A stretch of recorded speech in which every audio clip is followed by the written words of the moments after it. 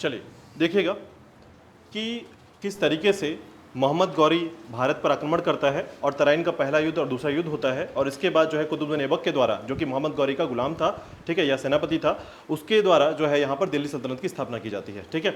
और इसी क्रम पर गुलाम वंश की स्थापना होती है, और गुलाम वंश की स्थापना के बाद जो है अंततः, ठीक है, नसरुद्दीन महमूद जो है ये अंतिम शासक होता है गुलाम वंश का, ठीक है।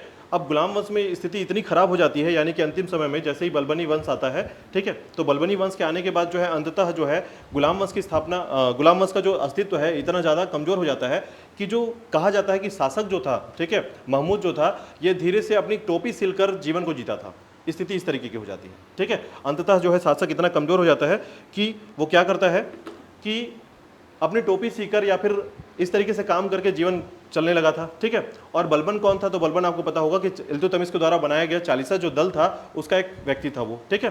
तो बलबन के द्वारा जो है बलबनी वंश की स्थापना की जाती है और यह भी गुलाम वंश से ही संबंधित है, ठीक है। अंततः जो है महमूद को मारकर, ठीक है, याद रखिएगा, जो कि जलालुद्दीन फिरोज, ठीक है, खिलजी, याद रखिएगा, जलालुद्दीन फिरोज खिलजी जो है ये महमूद को मारकर खिलजी वंश की स्थापना करता है, ठीक है। अब थोड़ी सी कहानी हम खिलजी वंश की याद करते हैं तो देखिएगा, जलालुद्दीन खिलजी जो है, जलालुद्दीन खिलजी, देखिएगा, याद रखिएगा, जलालुद्दीन और अलाउद्दीन ये दोनों अलग अलग शब्द हैं, ठीक है। तो जलालुद्दीन जो खिलजी हैं, ठीक है, तो फिरोज खिलजी जिसे कहा जाता है, ये जो है सैनिक में थे, यानी कि जो बलबनी वंश था, ठीक है, उसके सैनिक के तौर पर, सेनापति के तौर पर कार्य करता था। अब उसके बाद जो है धीरे धीरे जो है इसने बहुत सारे युद्धों में किसका साथ दिया?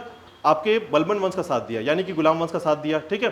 तो इसके कारण जो है अब जो खिलजी वंश है कहीं ना कहीं एक मजबूत पद पर स्थापित हो गया था, ठीक है, यानी फिरोज खिलजी जो है ये मजबूत पद पर स्थापित हो चुका था। और उसके बाद जो है उसने देखा कि सत्ता बहुत कमजोर हो चुका है, शासक बहुत कमजोर है, अतः उसे मारकर उसने उसकी हत्या कर दी और अपने खिलजी वंश की स्थापना कर दी, ठीक है। तो याद रखिएगा, खिलजी वंश में सबसे पहला शासक जो नाम आता है वो है फिरोज शाह खिलजी, ठीक है, जलालुद्दीन फिरोज शाह खिलजी, ठीक है। अब देखिएगा, इसमें 3 शासक सबसे महत्वपूर्ण है, और एक बात और याद रखिएगा, इसका जो समय रहा है, ठीक है, यानी कि 90 से लेकर 20 तक, यानी केवल 30 साल का एक छोटा कार्यकाल या समय काल या शासनकाल आपको देखने को मिलेगा कि 30 साल का छोटा शासनकाल है ये, ठीक है। यानी जहां आप बाकी दिल्ली राजवंशों को देखेंगे, आप दिल्ली सल्तनत के वंशों को देखेंगे तो एक बड़े कार्यकाल पर इन्होंने काम किया, उसी में आपको ये छोटा सा एक कार्यकाल दिखेगा, 1290 से 1320 तक का समय दिखता है, ठीक है। इसमें 3 जो सुल्तान हैं ये बहुत फेमस हुए अपने काम के अनुसार या फिर अपने किसी भी कार्य के लिए, ठीक है। जैसे हम लोग बात करेंगे जलालुद्दीन फिरोज खिलजी, ठीक है, अलाउद्दीन खिलजी और कुतुबुद्दीन मुबारक खिलजी, ठीक है। ये 3 ही व्यक्ति को याद रखना है आपको, ठीक है। तो कैसे याद रखेंगे? एक को याद रखिएगा फिरोज अलाउद्दीन मुबारक, ठीक है, फिरोज अलाउद्दीन मुबारक, ठीक है। ऐसे याद रखिएगा कि खिलजी साम्राज्य में 3 शासक हुए हैं, बहुत महत्वपूर्ण है, ठीक है। तीसरे के बारे में सिर्फ एक लाइन याद रखना है आपको कि ये पागल था, ठीक है, इतना केवल याद रखिएगा। ये कभी कभी क्या करता था, दरबार में जाता था और महिलाओं के वस्त्र पहन के दरबार में दौड़ता था, ठीक है। तो कभी कभी नग्न, मतलब स्थिति इसकी इतनी खराब थी इसलिए इसको पागल कहा जाता था कि अयोग्य तो था ही, नग्न होकर दरबार में दौड़ना, कभी दौड़ के आ गया, ठीक है, और कभी स्त्रियों के कपड़े पहन के आ गया, मतलब इसकी स्थिति बहुत ही खराब थी। और ऐसा ऐसा इस चीज़ें इसके लिए लिखी गई हैं, इसलिए इसको मुबारक खिलजी के लिए याद रखिएगा, आप भूलेंगे नहीं इसको अब, ठीक है, ठीक है, याद रखिएगा। इसमें सबसे महत्वपूर्ण जो शासक रहा है वो है अलाउद्दीन खिलजी, और इसी के कार्यकाल को आपको पढ़ना होता है कि इसके शासनकाल में क्या क्या परिवर्तन हुए और क्या क्या घटनाएं घटी हैं, ठीक है। तो सबसे पहले देखिएगा, जलालुद्दीन फिरोज खिलजी जो था ये 1290 से 1296 के समय तक का 4 साल का शासन किया इसने, ठीक है, खिलजी वंश की स्थापना किया इसने। और उसके बाद इसका भतीजा आया, कौन? अलाउद्दीन खिलजी। भतीजा के साथ साथ क्या था, ये दामाद भी था, ठीक है, याद रखिएगा। 20 साल तक लगभग शासन किया इसने, और इसी 20 साल में देखिएगा, इस पूरे 30 साल में 20 साल इसी के पास है, ठीक है। बाकी फिर छोटे छोटे राजवंश हुए इसके बाद, ठीक है, यानी कि शासक हुए, जिसमें से 16 से 20 आपका मुबारक खिलजी का समय रहेगा, ठीक है। तो याद रखिएगा, जलालुद्दीन खिलजी फिरोज जो खिलजी है, ठीक है, ये थोड़ा सा किस तरीके का व्यक्ति था इसको थोड़ा समझिएगा। तो इसने सबसे पहले याद रखिए कि इसने जब खिलजी वंश की स्थापना की, ठीक है, खिलजी वंश की स्थापना की, तो ये कितने साल का था? 70 साल का था, ठीक है। समझिए 70 साल में शासक बनाइए, ठीक है, काफी ज्यादा एजेड था, ठीक है।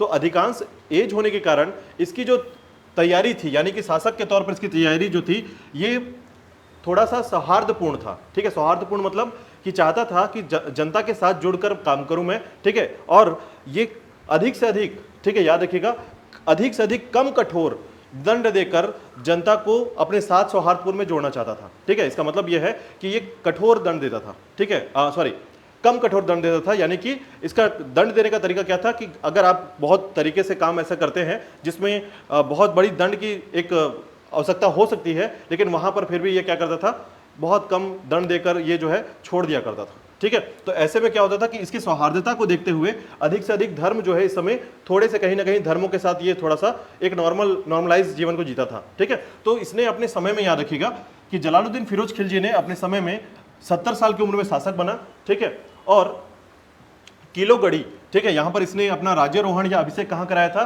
किलोगढ़ी में। याद रखिएगा, किलोगढ़ी के भवन में, ठीक है, राज्य भवन में इसने अपना राज्यारोहण कराया था, जिसे हम अभिषेक करना कहते हैं। ठीक है, उसके अलावा याद रखिएगा कि अलाउद्दीन खिलजी का जब समय आता है तो अलाउद्दीन खिलजी के पिता की मृत्यु जो है 6 वर्ष की बाद ही हो गई थी। यानी कि अलाउद्दीन बहुत छोटा था, उसी समय इसके पिता की मृत्यु हो जाती है, और इसका लालन पालन कौन करता है, इसके चाचा जी करते हैं। ठीक है, ये भतीजा है। ठीक है, शुरुआती समय में अलाउद्दीन खिलजी का जो परिचय आप देखेंगे तो उसमें आपको पता चलेगा कि अलाउद्दीन खिलजी एक बहुत अच्छा इंसान था शुरुआती समय में। ठीक है, लेकिन समय दर समय जो है इसमें परिवर्तन हुआ, और परिवर्तन के साथ जो है अब ये एक प्रोग्रेस तरीके से, यानी अग्रेसिव तरीके से राजा बनना या शासक बनना चाहता था, और अधिक से अधिक क्षेत्र का विस्तार करना चाहता था। ठीक है, यानी बहुत ही महत्वाकांक्षी व्यक्ति था। याद रखिएगा, इसने अपने आप में, ठीक है, सिकंदर ए शाही जैसे पद का बनाने का उद्देश्य रखा था। सिकंदर कौन था, आपको जानकारी है। ठीक है, सिकंदर के बारे में पढ़ा आपने। ठीक है, हम बोलते हैं कि सिकंदर जो है ये विश्व विजेता के तौर पर डेवलप करना चाहता था, अपने आप को स्थापित करना चाहता था। तो ये दूसरा सिकंदर बनना चाहता था, याद रखिएगा, इसीलिए इसने रखा था सिकंदर शाही। ठीक है, तो सिकंदर शाही जैसे शब्द का प्रयोग करता था, किसके लिए, अलाउद्दीन खिलजी स्वयं के लिए, और ये इसका उद्देश्य भी था। ठीक है, उसी तरीके से याद रखिएगा, अलाउद्दीन खिलजी जो है ये पूरे तरीके से अपने आप में सिस्टम को बदलना चाहता था। ठीक है, पहली बात तो याद रखिएगा कि ये राजा बना किसको मारकर, अपने चाचा और ससुर को मारकर। ठीक है, समझिएगा, इसने इसको मारा। ठीक है, धोखे से मारा, और धोखे से मारने के साथ ही याद रखिएगा कि ये शासक बनता है। शासक बनने के साथ ही इसने अपने पूरी नीति में परिवर्तन कर दिया, यानी शासक की नीति में परिवर्तन कर दिया, और इसने बोला कि मैं इस्लाम धर्म के हिसाब से शासन नहीं करूंगा। ठीक है, इसने क्या बोला कि इस्लाम धर्म के हिसाब से शासन नहीं करूंगा। इसका कारण था कि यदि मैं इस्लाम के धर्म के हिसाब से शासन करूंगा तो खलीफाओं के अंदर मुझे शासन करना पड़ेगा, मुझे सुल्तान उसके अंदर रह के पढ़ना पड़ेगा। तो इसने बोला मुझे किसी की जरूरत नहीं है, मैं इस्लाम धर्म को मानते हुए नहीं, मैं एक शासक के तौर पर मानते हुए इस चीज को समझूंगा कि मुझे क्या करना चाहिए। ठीक है, तो इसने अपनी नीति पे परिवर्तन किया, और एक शब्द का यूज किया जो कि बलबन ने किया था, निरंकुशता। याद रखिएगा, राजा का निरंकुश होना यह बताता है कि राजा जो है अपने राज्य की रक्षा करने के लिए, या अपने शासक की रक्षा करने के लिए, कि मैं शासन करता रहूं, इस बात की रक्षा करने के लिए निरंकुशता है। ठीक है, यानी कि निरंकुश का मतलब होता है कि मैं कोई भी काम कर सकता हूं, किसी को मार सकता हूं, कुछ भी कर सकता हूं, किसी के क्षेत्र में अधिकार कर सकता हूं, या कभी भी अपना ही नियम बदल सकता हूं।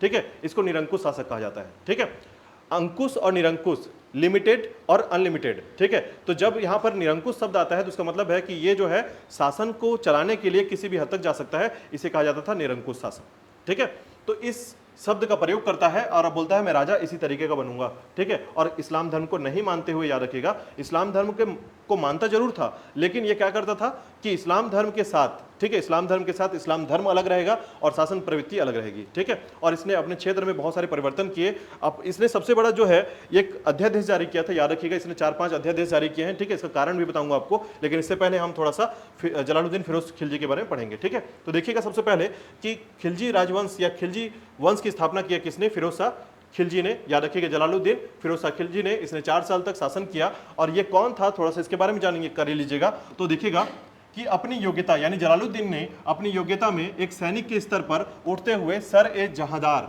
ठीक है, यानी सैनिक के तौर पर, अंगरक्षक के तौर पर कार्य किया था, किसमें, बलबन के समय में। ठीक है, यानी जैसे ही बलबनी वंश चल रहा था उस समय ये क्या था, सैनिक था, और सैनिक के बाद ये अंगरक्षक बना था।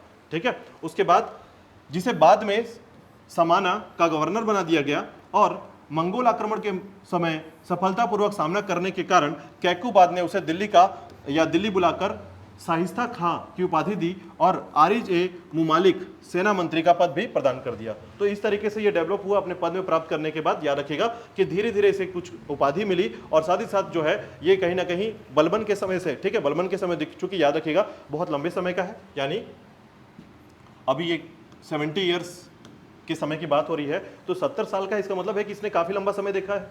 ठीक है, और ये बलमनों के समय से लगातार काम कर रहे हैं सैनिक के तौर पर। तो अंततः जो है अब ये क्या बन गया था, सेना मंत्री बन गया था यहां पर आकर।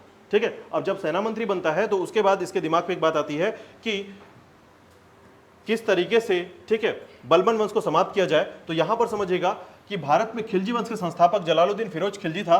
13 जून 1290 को इसने कैकुबाद द्वारा, ठीक है, निर्मित किलोखरी, ठीक है, किलोखरी या किलोगढ़ी का नाम आता है, याद रखिएगा, दो शब्द आते हैं, एक किलोगढ़ी भी बोलते हैं या किलोखरी भी बोलते हैं। ठीक है, इस भवन में या इस महल में अपना राज्यारोहण करा, बोला कि मैं आज से शासक हूं, अब दिल्ली सल्तनत का मैं ही एक शासक हूं।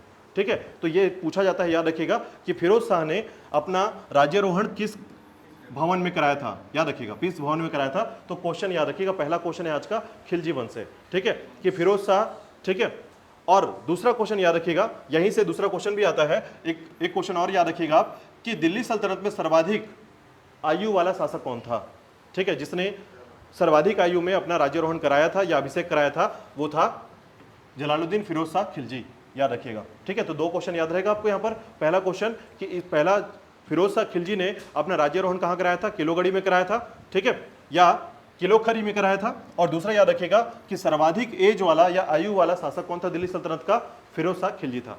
ठीक है, दो क्वेश्चन क्लियर है। इसके बाद देखिएगा, यह दिल्ली सल्तनत का पहला शासक था जिसका हिंदू जनता के प्रति उदार दृष्टिकोण था, और जलालुद्दीन खिलजी ने सिर्फ 6 वर्ष तक शासन किया था। ठीक है, तो यहां पर याद रखिएगा 90 से 96 तक 6 वर्ष का शासन किया, लेकिन इसने हिंदू धर्म के साथ भी उदारतापूर्व दृष्टिकोण रखा था। ठीक है, मैंने बताया अभी आपको कि यह धर्म के प्रति थोड़ा सा सौहार्दपूर्ण रहता था, क्योंकि कारण ये देखिए, उम्र जैसे जैसे बढ़ता जाएगा आप एग्रेसिव नहीं हो सकते, एग्रेसिव होंगे तुरंत मार के निकाल देंगे बाहर। ठीक है, तो इसका मतलब यह है कि मतलब आपके विरोध में अधिक से अधिक लोग आ जाएंगे। ठीक है, ऐसी स्थिति आ जाएगी कि आपको जो शासक बनना चाहता है वो जल्दी से जल्दी आपको मार सकता है, कारण बता करके कि ये जो है धर्म के प्रति जो है अच्छा दृष्टिकोण नहीं है इसका। ठीक है, तो ऐसे दृष्टिकोण में याद रखिएगा कि इसने जलालुद्दीन खिलजी ने सिर्फ 6 वर्ष तक शासन किया, और इसने हिंदू जनता के प्रति जो है उदार भावना रखी थी। ठीक है, इसके बाद याद रखिएगा जलालुद्दीन फिरोज शाह खिलजी के बारे में दो बातें और याद रखिएगा। यह दिल्ली सल्तनत का पहला शासक था जिसने स्पष्ट शब्दों में यह विचार सामने रखा था कि राज्य को शासितों के स्वैच्छिक समर्थन पर आधारित होना चाहिए। ठीक है, यानी जो राज्य है ये शासितों के स्वैच्छिक समर्थन के साथ रहना चाहिए, यानी कि अगर आपके साथ आपकी प्रजा आपका साथ दे रही है तो ही आप शासन करेंगे, वरना प्रजा साथ नहीं दे रही है तो शासन नहीं कर सकते हैं। ठीक है, इसका मतलब यह है कि इसका कहना है कि शासक कभी भी उदारता के विरुद्ध, ठीक है, उदारता के विरुद्ध यानी प्रजा के विरुद्ध जो है काम नहीं करना चाहिए। ठीक है, शासक को प्रजा के विरुद्ध काम नहीं करना चाहिए, हमेशा ऐसा काम करे जो कि प्रजा के अगेंस्ट ना हो। ठीक है, यानी कि प्रजा के लिए अच्छा हो। ठीक है, उसने सहिष्णुता, ठीक है, व्यवहार करने और कड़ी सजाओं का सहारा न लेते हुए नीति को अपनाया और अमीरों की सद्भावना भी प्राप्त करने की कोशिश की थी। ठीक है, तो दो चार फैक्ट इसके दिमाग में रखिएगा कि इसका कैरेक्टरिस्टिक कैसा था, ये थोड़ा सा आपके दिमाग में रहेगा, क्योंकि इसके जस्ट अपोजिट कौन रहेगा, अलाउद्दीन खिलजी। ठीक है, अब इसके विरोध में आ जाएगा वो, क्यों, आप समझिएगा, थोड़ी सी कहानी यहां पर समझिएगा। ठीक है, तो देखिए किस जलालुद्दीन खिलजी, फिरोज शाह खिलजी जो है ये खिलजी वंश की स्थापना करता है, और इसका एक भतीजा है जिसका नाम है अलाउद्दीन खिलजी, जो छोटे उम्र से इसको पालन पोषण कौन करता है, उसका चाचा फिरोज शाह खिलजी। ठीक है, अब उसका पालन पोषण किया और उसको जो है गवर्नर बना दिया। ठीक है, धीरे धीरे जो है सेना में रखा, सेना के बाद बहुत कुछ सिखाया उसको, और साथ ही साथ अपने क्षेत्र में अच्छी पदवी दे दी। ठीक है, पदवी देते के साथ ही ये देखा कि अलाउद्दीन खिलजी के अंदर जो है युद्ध के कौशल बहुत अच्छे हैं। ठीक है, अच्छे कौशल हैं, तो उसको क्या किया, देवगिरी के क्षेत्र में भेज दिया, बोला कि वहां आक्रमण करके क्षेत्र को जीत के आ जाओ। ठीक है, तो देवगिरी में आक्रमण किया उसने और बहुत सारा धन जीत कर आया। ठीक है, वहां पर देवराय जो है ये राजा था, याद रखिएगा, देवराय राजा का नाम है वहां पर, देवराय, उसको हराया और काफी मात्रा में धन जीत कर लाया। धन को जीत के जब लेकर आया तो याद रखिएगा इसी क्षेत्र में एक व्यक्ति इसको मिलता है। ठीक है, इसी क्षेत्र में एक व्यक्ति मिलता है जिसका नाम है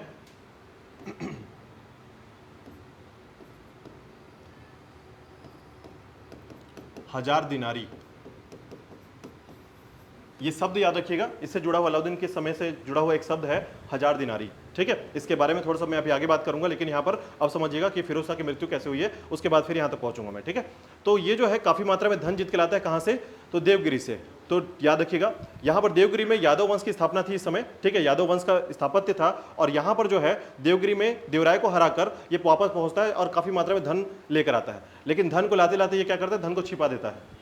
ठीक है, और क्या बोलता है कि मैं केवल इतना ही धन लेकर आया हूं, किसको, अपने चाचा श्री को। ठीक है, तो चाचा को बोलता है, फिरोज शाह को बोलता है कि मैं इतनी मात्रा में धन लेकर आया हूं, लेकिन जबकि इसके पास बहुत सारे धन जो है ये छिपा कर रख लेता है उसको। ठीक है, और इसके बाद क्या करता है कि अब जब फिरोज शाह पूछता है कि बाकी धन कहाँ है, या वहाँ की जानकारी जो हमें मिल पाई है कि यहाँ पर काफ़ी धन था, तो वो बता नहीं पाता है, यानी नहीं बताता है, और अंततः जो है ये समझ जाता है कि अब जो है ये शासक के तौर पर बन सकता है, क्योंकि इसके पास बहुत सारे धन भी है, और अब इसने क्या है एक सही मात्रा में युद्ध लड़कर युद्ध का भी तरीका सीख लिया है, और साथ ही साथ ये समझ गया कि मैं शासक बन सकता हूं, और शासन की प्रबल इच्छा इसके अंदर जागृत हो जाती है। ठीक है, और अंततः क्या करता है, अपने चाचा को धोखे से मार देता है। ठीक है, और चाचा को जैसे धोखे से मारता है उसके बाद शासक बन जाता है।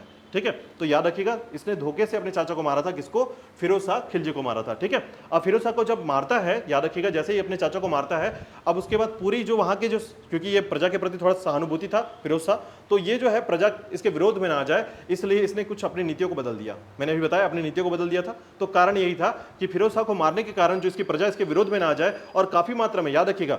अब देखिए जैसे कभी भी कोई शासक मरता है तो उसके ना परिचित बहुत सारे आ जाते हैं, कहां कहां से। ठीक है, होता है ऐसा, कोई व्यक्ति मर गया तो उसके जायदाद होती है, तो बहुत सारे आपको सुनने में मिलेगा ये कहां से आ गया, उसके चाचा का, फूफा का, नाना का बेटा का, कुछ भी आ जाते हैं यहां से। ठीक है, तो उसी तरीके से इसके परिचित जो है अब विरोध करने लगेंगे। ठीक है, यानी इसके परिचित जो है,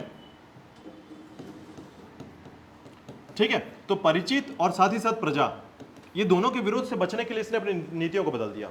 ठीक है, तो परिचितों का कहना था कि जो है अलाउद्दीन खिलजी जो है इसने धोखे से चाचा को मारा अपने, तो ये शासक बनने योग्य नहीं है।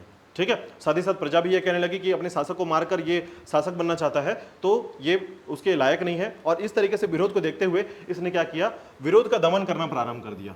ठीक है, यानी विरोध का दमन करना चालू किया, तो इसने क्या है कुछ नीतियां अपनाई और इसमें 4 अध्यादेश जारी कर दिए। ठीक है, अब इसमें 4 अध्यादेश याद रखिएगा, ये कभी भी 4 अध्यादेश के साथ साथ आपको कुछ बातें यहां पर याद रखनी है, इससे 2 उद्देश्य याद रखने हैं, और इसने अपने क्षेत्र में क्या परिवर्तन किए ये भी याद रखना है। ठीक है, देखिए मैं आपको यहां पर इसके पूरे सिस्टम को समझाता हूं ताकि आपके दिमाग में एक क्वेश्चन तैयार रहे। ठीक है, चलिए यहां से देखिएगा अलाउद्दीन खिलजी का समय आता है। ठीक है,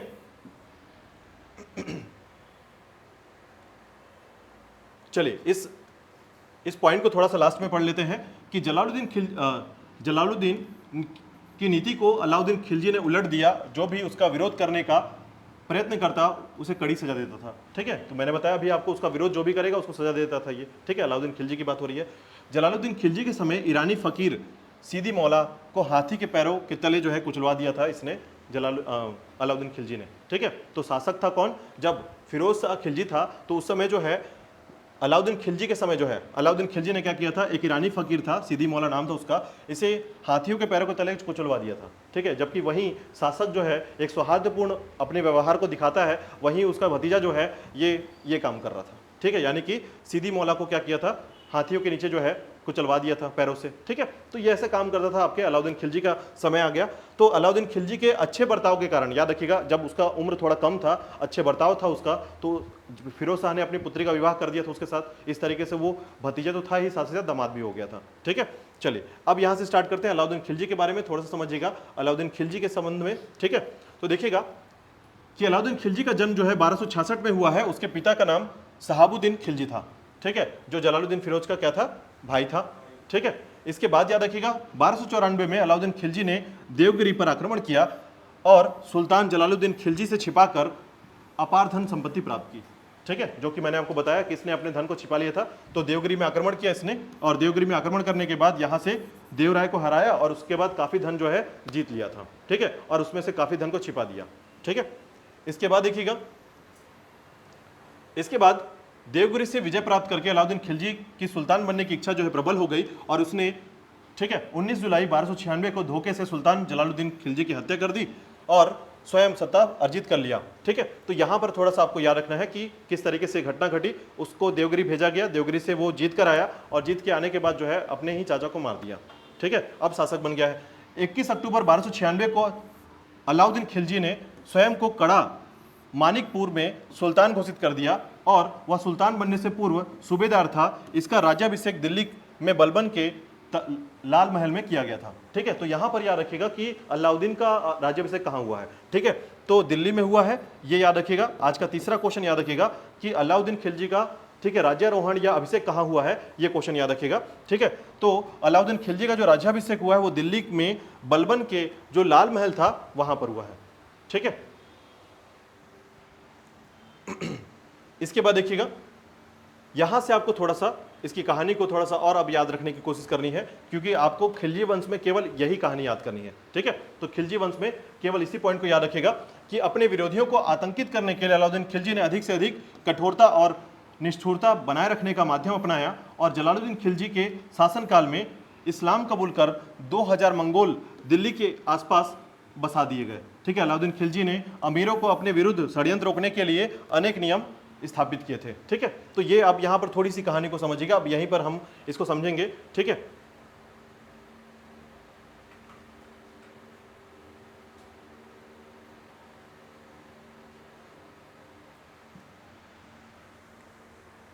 चलिए अब यहां पर देखिएगा, यहां पर थोड़ा सा आपको मैं सारे पॉइंट्स को थोड़ा क्लियर करता हूं। ठीक है, अब इसमें देखिएगा कि अलाउद्दीन खिलजी का जो समय रहा है, ठीक है, यानी जैसे ही वो शासक बनता है तो उसने अपनी नीतियों में परिवर्तन किए, और उन नीतियों में सबसे पहले क्या किया तो मैं आपको बता रहा हूं कि जैसे उसने शासक बना तो उसके विरुद्ध में काफी लोग आ गए, अमीर लोग आ गए, उसके विरोध में आ गए। ठीक है, साथ ही साथ क्या किया उसने, तो कुछ नीति अपनाए। ठीक है, अध्यादेश और नीति अपनाए। उसमें सबसे पहले याद रखिएगा उसने जो नीति अपनाया या अध्यादेश अपनाया,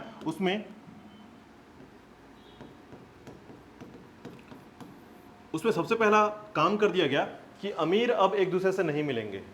ठीक है, कोई भी अमीर व्यक्ति दूसरे अमीर व्यक्ति से नहीं मिलेगा।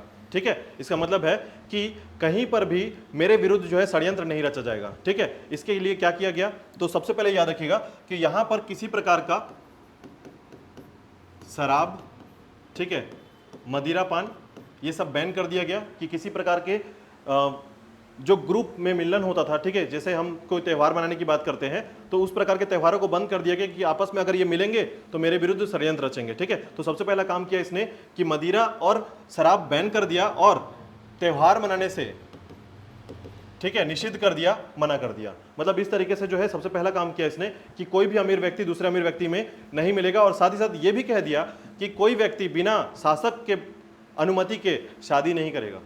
ठीक है, इवन शादी में भी प्रतिबंध लगा दिया था इसने कि अगर आपको शादी करनी, विवाह करनी है तो पहले शासक से अनुमति लेनी होगी। ठीक है, तो इस तरीके से पहला काम इसका है। इसका देखिए मोटो समझिएगा कि इसने सबसे पहले क्या किया है, ग्रुप में मिलने से मना किया है। मतलब सारे काम ये देखने को, क्योंकि देखिए लोग, इनका कहना था कि अगर शराब पियेंगे तो लोग ग्रुप में पियेंगे और आपस में मिलेंगे तो मेरे विरुद्ध क्या करेंगे, षड्यंत्र रचेंगे। ठीक है, तो इस तरीके से सबसे पहला काम किया इसने कि लोगों को ग्रुप में मिलने या सामूहिक रूप से कोई भी त्यौहार मनाने या सभी प्रकार के शादी विवाह या किसी प्रकार के जो कि समूह में किए जाते थे उसको बैन कर दिया है। ठीक है, और इसका मोटो सिर्फ एक ही था कि लोग मेरे प्रति जो है षड्यंत्र ना रचें। ठीक है, दूसरा काम समझिएगा इसने क्या किया कि जो एकता प्रथा थी, इससे पहले चलता आ रहा था एकता प्रथा।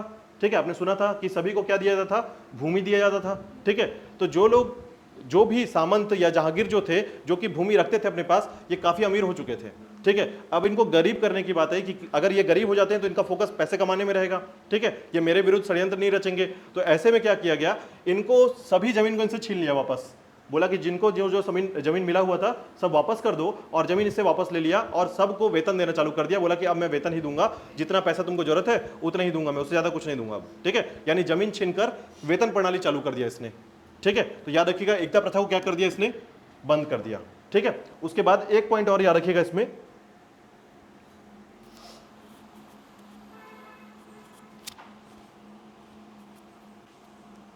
इसके बाद एक पॉइंट थोड़ा सा याद रखिएगा कि इसने क्या किया। ठीक है, एक विभाग का गठन किया। ठीक है, तो इससे पहले आपको मैंने पढ़ाया था कि गुप्तचर विभाग जो है बलबन के समय आ गया था। ठीक है, लेकिन उसको जो है कठोर से पालन करने के लिए याद रखिएगा गुप्तचर विभाग को मजबूत किया इसने। ठीक है, गुप्तचर विभाग को मजबूत कर दिया ताकि अब इसको ये पता रहे कि कोई व्यक्ति अगर मेरे विरुद्ध जो है षड्यंत्र रच रहा है तो उससे पहले ही मुझे पता चल जाए और मैं उस षड्यंत्र को समाप्त कर दूं। ठीक है, तो गुप्तचर विभाग का भी इसने निर्माण किया और उसको कठोरता से पालन करने के लिए आगे प्रोसेस किया। ठीक है, यानी नीति।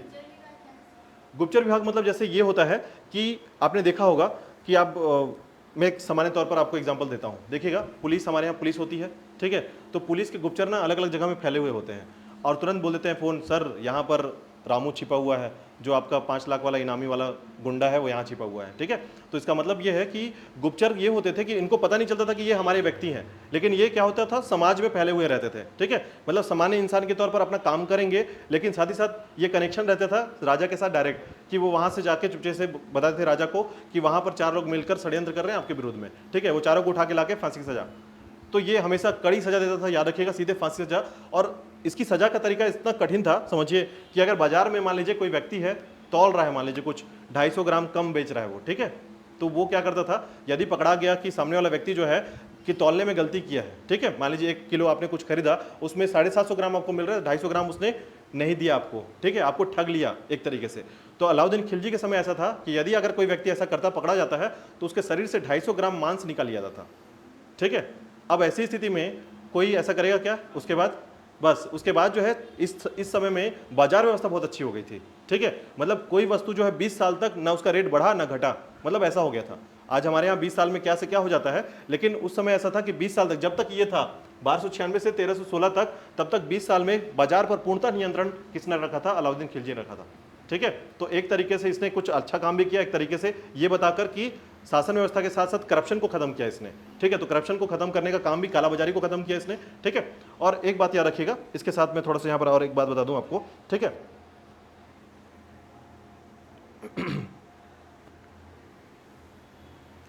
ठीक है, तो ये 4 पॉइंट थोड़ा सा याद रखिएगा। पहला है शराब मदिरा त्योहार को मनाना से बंद करा दिया था, ठीक है। ये एक्चुअल में शराब मदिरा जुआ या ऐसे कोई भी स्थल जहां पर लोग ग्रुप में आकर मिलते थे उसको बंद करा दिया गया है, ठीक है।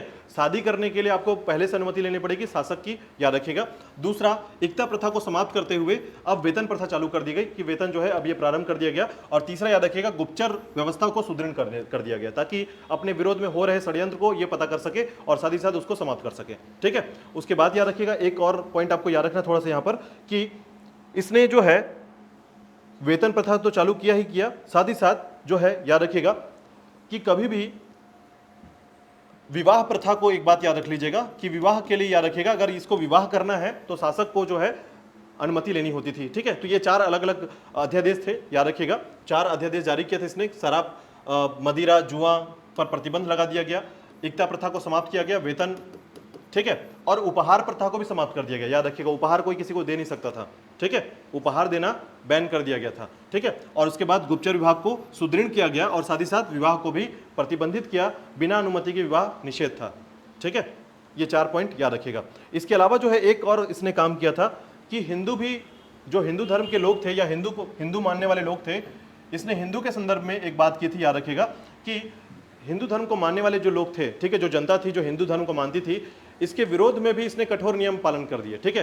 हिंदू जो अमीर थे उनको गरीब से गरीब बनाने के लिए इन पर अधिक से अधिक कर लगा दिया, और कर इतना लगा दिया कि ये जो है गरीब होने लगे थे, ठीक है, और उसके बाद विरोध करना बंद कर दिए, ठीक है। तो इस तरीके से अलाउद्दीन खिलजी ने सबसे पहला अपने शासन बनते ही 4 मुख्य कार्य किए। उन कार्यों को याद रखिएगा, इन चारों को, शराब मदिरा में प्रतिबंध, ठीक है, उपहार और भूमि दान में प्रतिबंध, ठीक है, वेतन का प्रारंभ कर दिया इसने, गुप्तचर को सुदृढ़ किया, गुप्तचर विभाग को सुदृढ़ किया, और विवाह पर भी प्रतिबंध लगा दिया इसने, ठीक है। उसके साथ ही साथ हिंदू धर्म को मानने वाले लोगों पर अधिक कर लगाकर उन्हें गरीब से गरीब बनाने की कोशिश की गई, ठीक है। तो ये 4-5 काम याद रखिएगा अलाउद्दीन खिलजी का।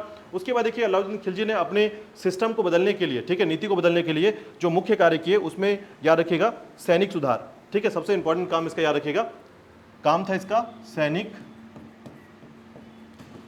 सुधार, ठीक है। तो सैनिक सुधार का इसका मुख्य कार्य याद रखिएगा थोड़ा सा, अलाउद्दीन खिलजी के समय जो सैनिक सुधार किया गया उसमें क्या किया गया, ठीक है। तो उसमें किया यह गया कि जो सैनिक सुधार की प्रवृत्ति थी, इसमें सबसे पहले आपको पता होगा, मैंने बताया था कि अभी तक के जो राजा हुआ करते थे या शासक हुआ करते थे, ये मतलब परमानेंट सैनिक नहीं रखते थे, ठीक है। यानी सैनिक की स्थिति ऐसी थी कि आते थे, युद्ध लड़ते थे और जमीन या पैसा लेकर चले जाते थे, ठीक है। लेकिन इसने क्या किया, परमानेंट सैनिक रखने की स्थिति चालू कर दी।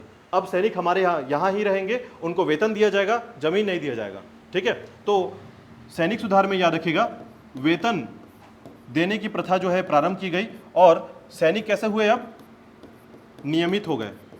नियमित सैनिक रखने की व्यवस्था, इसको क्वेश्चन में याद रखिएगा, यह क्वेश्चन पूछा गया है कि किस शासक ने या किस दिल्ली के शासक ने नियमित सैनिक रखने की व्यवस्था प्रारंभ की थी, तो अलाउद्दीन खिलजी ने की थी, ठीक है।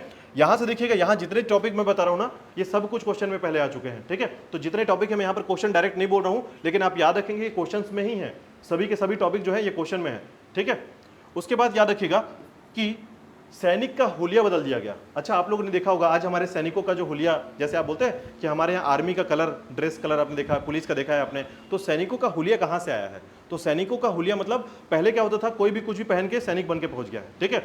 तो कभी कभी ऐसा होता था कि हमको पता नहीं चलता था कि ये सैनिक है।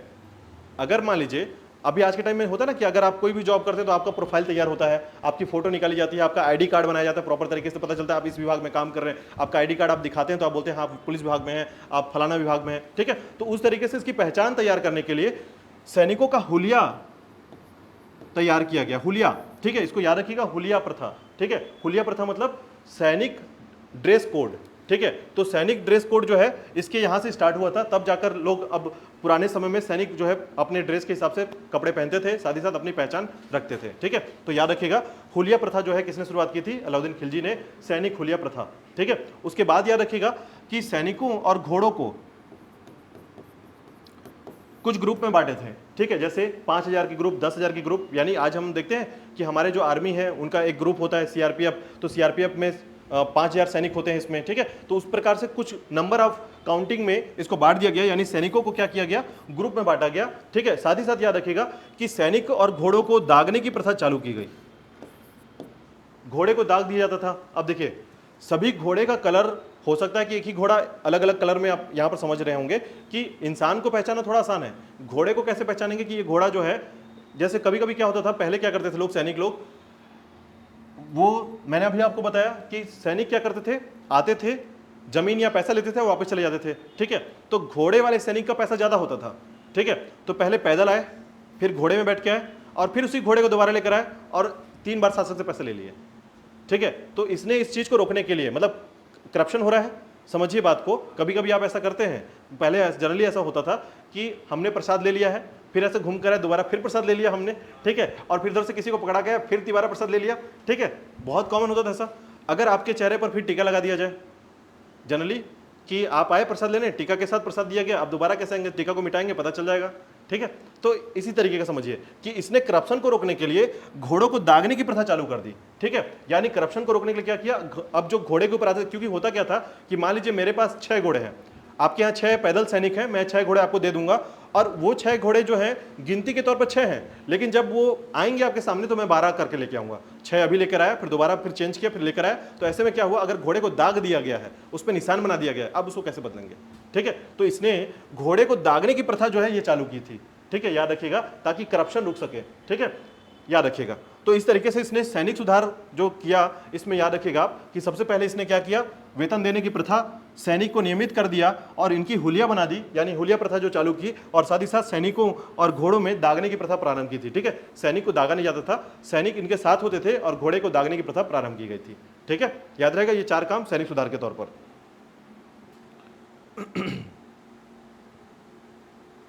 ठीक है, इसके बाद देखिएगा राजस्व व्यवस्था, इसका राजस्व व्यवस्था थोड़ा सा देखिएगा, ठीक है। अब देखिए सैनिकों को पैसा देना है, वेतन देना है, पैसा तो कमाना पड़ेगा, तो इसने राजस्व को बहुत कड़ा कर दिया, यानी कठोर कर दिया। अब क्या किया राजस्व व्यवस्था के साथ देखिएगा, तो राजस्व व्यवस्था के साथ याद रखिएगा, इसने सबसे पहले याद रखिएगा क्या लगा दिया, कर लगा दिया, टैक्स लगा दिया, ठीक है।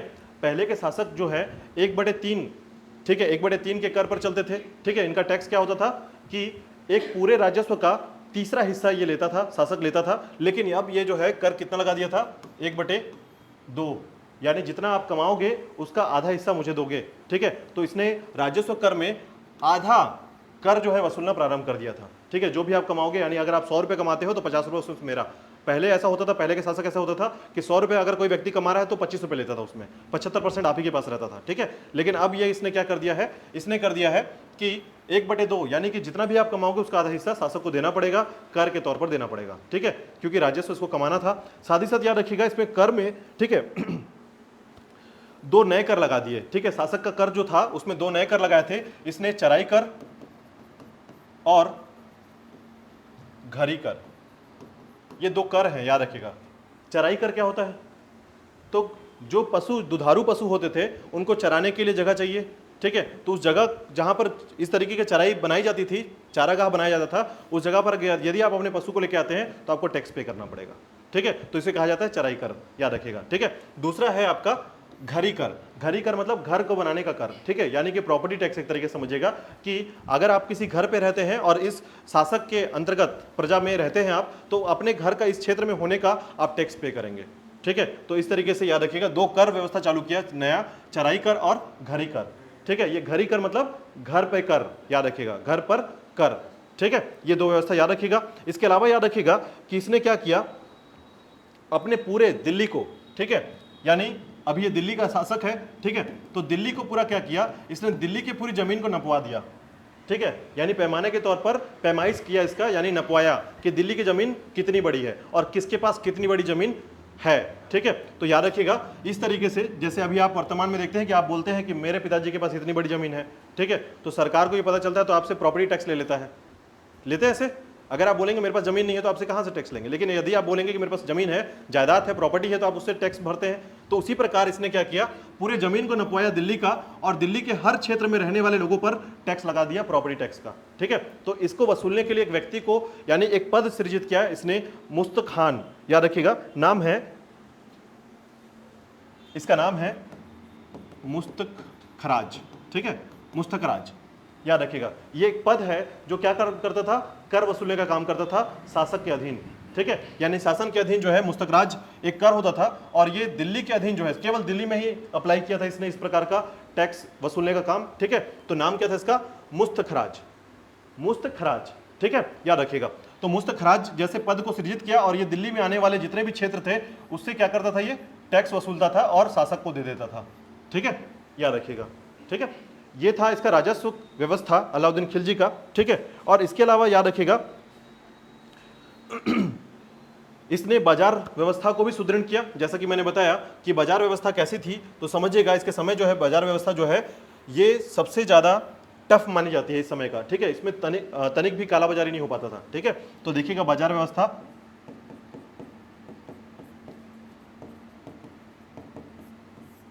बाजार व्यवस्था कैसा था। तो सबसे पहले समझिएगा कि इसने मैंने बताया आपको कि इसने मूल्य नियंत्रण,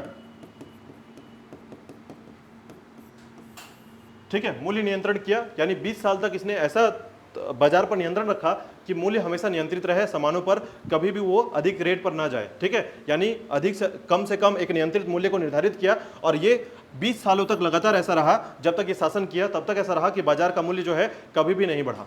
ठीक है, तो सामानों पर मूल्य का नियंत्रण किया इसने बाजार व्यवस्था के तहत। और याद रखिएगा इसने कालाबाजारी को नियंत्रित करने के लिए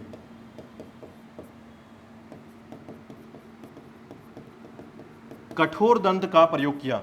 कठोर दंड मैंने बताया कि तौलते समय यदि आपने 250 ग्राम कम किया तो आपके शरीर से 250 ग्राम मांस निकाल लिया जाता था। ठीक है, तो इस तरह की व्यवस्था इसने प्रारंभ की थी कि कालाबाजारी को नियंत्रित करने के लिए, ठीक है, या फिर तौलने वक्त अगर कोई गलती कर रहा है या जानबूझकर ऐसी गलती कर रहा है तो उसके शरीर से उतना ही, जितना तौलने में जितना सामान कम दिया उसने, उसके शरीर से उतना ही मांस निकाल लिया जाता था। ठीक है, तो याद रखिएगा बाजार व्यवस्था के तहत। और इसके बाद याद रखिएगा इसने मापतौल को मजबूत किया, मापतौल व्यवस्था को मजबूत किया। ठीक है, और साथ ही साथ याद रखिएगा कि इसने काम किया कि बाजार के क्षेत्र को अलग अलग करने की, यानी बाजार का जो सामान था उस सामान के अनुरूप जो है उसके क्षेत्र अलग अलग कर दिए। ठीक है, यानी दैनिक उपयोग में लाए जाने वाले सामान को अलग जगह पर बेचने के लिए तैयार किया गया कि इसका सामान अलग क्षेत्र पर होगा। ठीक है, मतलब बाजार को अलग अलग जगह से बांट दिया। ठीक है, तो जो दैनिक सामान होते थे, जो डेली यूज में होते थे, उसको अलग जगह पर बेचने की बात कही गई। ठीक है, उसके अलावा जो है उसमें याद रखिएगा जो खाद्यान्न बाजार है उसको अलग रखा। ठीक है, खाद्यान्न बाजार को अलग कर दिया। और उसके अलावा जो है यहां पर थोड़ा सा याद रखिएगा कि पशु और गुलाम बाजार को अलग कर दिया, यानी पशु बाजार जो है और गुलाम बाजार जो है इसको भी अलग रखा। इस तरीके से बाजार को क्या किया, अलग अलग भागों में बांट दिया। याद रखिएगा खाद्यान्न बाजार, पशु बाजार, ठीक है, निर्मित वस्तुएं बाजार, ठीक है, जो वस्तु बनते थे, जैसे घड़े बन रहे हैं, ठीक है, तो घड़े वाले जो भी वस्तु निर्मित होते थे उन वस्तुओं को अलग बाजार में बेचा गया था। ठीक है, तो 4 सेक्शन बटा हुआ था, याद रखिएगा। एक आपका खाद्यान्न बाजार के तौर पर, दूसरा आपका पशु बाजार या गुलाम बाजार के तौर पर, तीसरा आपका निर्मित वस्तुओं के तौर पर, और चौथा आपका जो था उसमें वो था आपका दैनिक वस्तु बाजार। ठीक है, याद रखिएगा। अब उसके बाद देखिए यहीं पर इसने मैंने आपको बताया था कि इसने क्या बनना की कोशिश की थी, सिकंदर-ए-सानी। सिकंदर-ए-सानी मतलब इसका जो उद्देश्य था कि मैं भारत के पूरे क्षेत्र को जीतूं। ठीक है, तो उसने इस तरीके से अपना उद्देश्य रखा कि भारत में सिकंदर-ए-सानी जैसा पद को सृजित किया, और साथ ही साथ ये बनने की कोशिश किया कि मैं अब दूसरा सिकंदर बनूंगा। ठीक है, यानी दूसरे सिकंदर के तौर पर अपने नाम को जोड़ा सिकंदर-ए-सानी बनने के लिए, लेकिन इसमें असफल रहा ये। ठीक है, याद रखिएगा। चलिए आगे देखते हैं, नेक्स्ट है आपका, अब देखिए यहां पर जो है इसके बाद इसने नवीन धर्म का भी प्रारंभ किया था, ठीक है, नया धर्म स्टार्ट किया था इसने, याद रखिएगा, इस्लाम धर्म से अलग जो है एक नया धर्म प्लान किया था, नए धर्म को मानने की प्रवृत्ति प्रारंभ की थी, लेकिन उसमें क्या हुआ, असफल हुआ, नवीन धर्म को प्रारंभ नहीं कर पाया ये, ठीक है। तो ये 4-5 बातें याद रखिएगा अलाउद्दीन खिलजी के समय, ठीक है। बाजार व्यवस्था, सैनिक सुधार, राजस्व कर व्यवस्था, ठीक है, मुस्तक हराज जैसे व्यवस्था जो है इसने लागू किया था, याद रखिएगा अलाउद्दीन खिलजी ने अपने समय में, ठीक है। कुछ डाउट तो नहीं आता, कोई क्वेश्चन तो नहीं है, ठीक है। ये 4-5 पॉइंट अगर आपके दिमाग में है तो आप अलाउद्दीन खिलजी के संबंध में कोई भी आंसर कर पाएंगे, याद रखिएगा, ठीक है। अब इसके बाद देखिएगा इसने राज्य का विस्तार प्रारंभ किया। अब राज्य का विस्तार जब प्रारंभ किया तो इसने कुछ क्षेत्र को जीता, ठीक है, और एकमात्र दिल्ली सल्तनत का एकमात्र शासक जिसने दक्षिण अभियान किया है, ठीक है, यानी दक्षिण में राज्य विस्तार का अभियान किया है, तो वो था अलाउद्दीन खिलजी, ठीक है। याद रखिएगा जब इसने देवराय पर आक्रमण किया या देवगिरी पर आक्रमण किया तो यहीं से एक व्यक्ति को खरीद के लाता है, ठीक है, और वो कितने का होता है, 1000 रुपए का, ठीक है, 1000 दिनार का, इसीलिए इसको क्या कहा जाता है, 1000 दिनारी कहा जाता है, याद रखिएगा, ठीक है, 1000 दिनारी, याद रखिएगा, किसे कहा जाता है, मलिक काफूर, मलिक काफूर, ठीक है, ये एक हिजरा था, ठीक है, और ये उसके सेनापति के तौर पर कार्य करता था, ठीक है, समझिएगा। और इसके लिए जो है इसने बहुत सारे काम किए हैं, मतलब अगर इसका सफलता का राज देखा जाए अलाउद्दीन खिलजी का, तो उसमें कहीं ना कहीं लगभग 20% 30% जो है मलिक काफूर का हाथ है कि ये बार बार जो है क्षेत्र पर आक्रमण करता और साथ ही साथ अलाउद्दीन खिलजी को विजय हासिल कराता, ठीक है। तो यदि आपसे पूछा जाए कि दक्षिण भारत में उसने साम्राज्य का जब विस्तार किया था तो उसका सहायता किसने किया था, तो मलिक काफूर ने किया था, याद रखिएगा, ठीक है। और यहीं पर एक और सेनापति है जिसका नाम है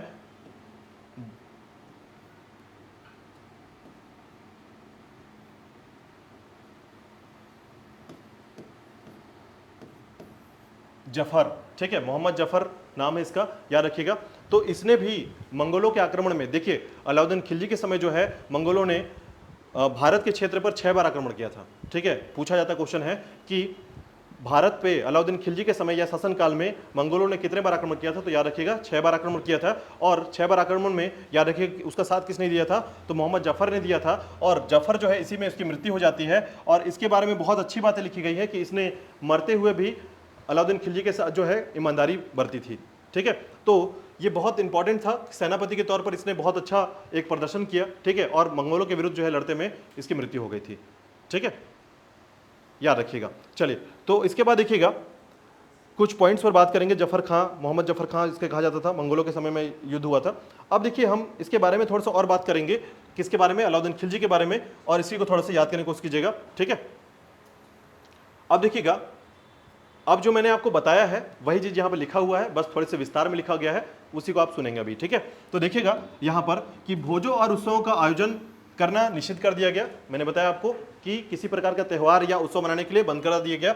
सुल्तान की अनुमति के बिना, ठीक है, वैवाहिक संबंध स्थापित नहीं किया जा सकता था, यानी विवाह नहीं हो सकता था, पर ठीक है प्रतिबंध लगा दिया गया। और साथ ही साथ देखिएगा शराब, नशीली पदार्थों का उपयोग पर भी रोक लगा दिया गया। राज्य की वास्तविक स्थिति का पता लगाने के लिए उसने गुप्तचर प्रणाली को स्थापित किया, ठीक है। तो जैसा कि मैंने आपको बताया वो सारे पॉइंट्स यहाँ पर हैं। और इसके बाद देखिएगा अब इसके राज्य विस्तार का थोड़ा समझिएगा, यहाँ पर राज्य का विस्तार कैसे किया था इसने। तो सबसे पहले आक्रमण में याद रखिएगा प्रथम सैन्य अभियान, याद रखिएगा पूछा जाता है कि अलाउद्दीन खिलजी ने प्रथम सैन्य अभियान कहाँ किया था, तो रणथंभौर राजस्थान में किया था, ठीक है। तो इस टॉपिक को याद रखिएगा कि प्रथम सैन्य अभियान जो है अलाउद्दीन खिलजी ने कहाँ किया था, रणथंभौर राजस्थान में किया था, ठीक है। दूसरी बात याद रखिएगा कि जहां पृथ्वीराज चौहान के उत्तराधिकारी शासन कर रहे थे, रणथंभौर की ख्याति राजस्थान के सबसे मजबूत किले के रूप में की गई थी, ठीक है। अलाउद्दीन ने एक विशाल सेना लेकर युद्ध में रणथंभौर के विरुद्ध अभियान किया, याद रखिएगा। और इसमें याद रखिएगा कि अभियान में प्रसिद्ध शायर अमीर खुसरो भी अलाउद्दीन के साथ थे। तो याद रखिएगा ये पूछा जाता है कि अमीर खुसरो जो है किसके साथ थे, तो याद रखिएगा अलाउद्दीन खिलजी के साथ थे, याद रखिएगा, ठीक है। तो 2 क्वेश्चन यहाँ पर आप याद रखेंगे, एक क्वेश्चन रणथंभौर और दूसरा याद रखिएगा अमीर खुसरो, ठीक है। ये दोनों पॉइंट याद रखिएगा, अमीर खुसरो और रणथंभौर की जानकारी के संबंध में, ठीक है। इसके बाद देखिएगा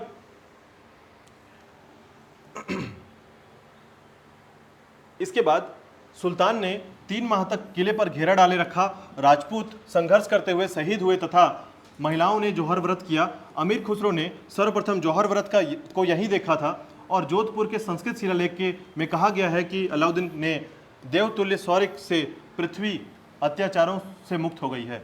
ठीक है, यानी ये ऐसा लिखा गया था कि जोधपुर के जो संस्कृत शिलालेख हैं उसमें कहा गया कि अलाउद्दीन के देवतुल्य शौर्य से, ये अलाउद्दीन के बारे में लिखा गया है। ठीक है, कि अलाउद्दीन के देवतुल्य शौर्य से पृथ्वी जो है अब अत्याचारों से मुक्त हो गई है। ठीक है, तो ये लिखा गया शिलालेख में प्राप्त हुआ था, संस्कृत में मिला था। और ये पूरी कहानी कैसी है तो याद रखिएगा, ये आपका राजा रत्न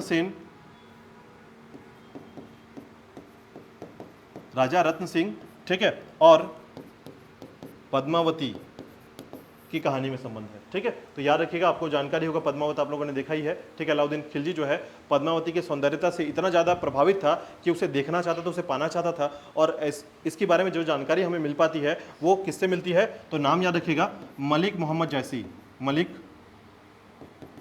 मोहम्मद जायसी ने एक रचना किया था 1540 में। ठीक है, पद्मावत के नाम से। ठीक है, आपने पढ़ा भी होगा इसके बारे में, बहुत विख्याति तौर पर मलिक मोहम्मद जायसी ने लिखा है। ठीक है, 8th के शायद क्लास में भी आपको हिंदी में इसकी रचना जानकारी मिलेगी। ठीक है, 9th या 8th में है। ठीक है, तो मलिक मोहम्मद जायसी ने 1540 में इसकी रचना की थी, याद रखिएगा, नाम था पद्मावती। ठीक है, तो इसी के संबंध में याद रखिएगा कि अंततः जो है अलाउद्दीन खिलजी यहाँ पर इस बात पे हार जाता है। हालांकि अलाउद्दीन खिलजी ने धोखे से मारा था रत्न सिंह को। ठीक है, तो राजा रत्न सिंह जो है यहाँ पर उनको मृत्यु को प्राप्त होती है और इनकी जितनी भी रानियां थीं, ठीक है, सभी क्या करते हैं, जौहर व्रत कर लेते हैं, जौहर प्राप्त करते हैं, आग लगाकर कूद जाते हैं उसमें। ठीक है, इसको जौहर व्रत कहा जाता है, जौहर प्रथा के तहत। ठीक है, तो इस तरीके से जो है यहाँ पर अलाउद्दीन खिलजी बोलता है, मैं जीतते हुए भी मैं हार गया। ठीक है, क्योंकि इसका जो उद्देश्य था वो उद्देश्य पूरा नहीं हो पाता यहाँ पर। ठीक है, चलिए आगे देखिएगा। इसके बाद देखिएगा, अलाउद्दीन खिलजी ने चित्तौड़ की ओर ध्यान दिया और रणथंभौर के बाद यह राजस्थान का सबसे शक्तिशाली राज्य था। अलाउद्दीन ने अत्यधिक निकट के चित्तौड़ पर घेरा डाला और राजपूतों ने कई महीने तक सुल्तान का प्रबल प्रतिरोध किया, परंतु अंततः उसने किले पर अधिकार कर लिया। चित्तौड़ अलाउद्दीन खिलजी के नाबालिग बेटे खिज्र खां के अधीन कर दिया गया और उसका नाम बदलकर खिजराबाद कर दिया गया था। ठीक है, चित्तौड़ का नाम क्या कर दिया गया था, खिजराबाद। ठीक है, चलिए इसके बाद देखिएगा, दक्कन और दक्षिण भारत का अभियान याद रखिएगा, मैंने अभी आपको बताया। तो इसमें इसका साथ किसने दिया था, मलिक काफूर का नाम याद रखिएगा, इसको 1000 दिनारी कहा जाता है।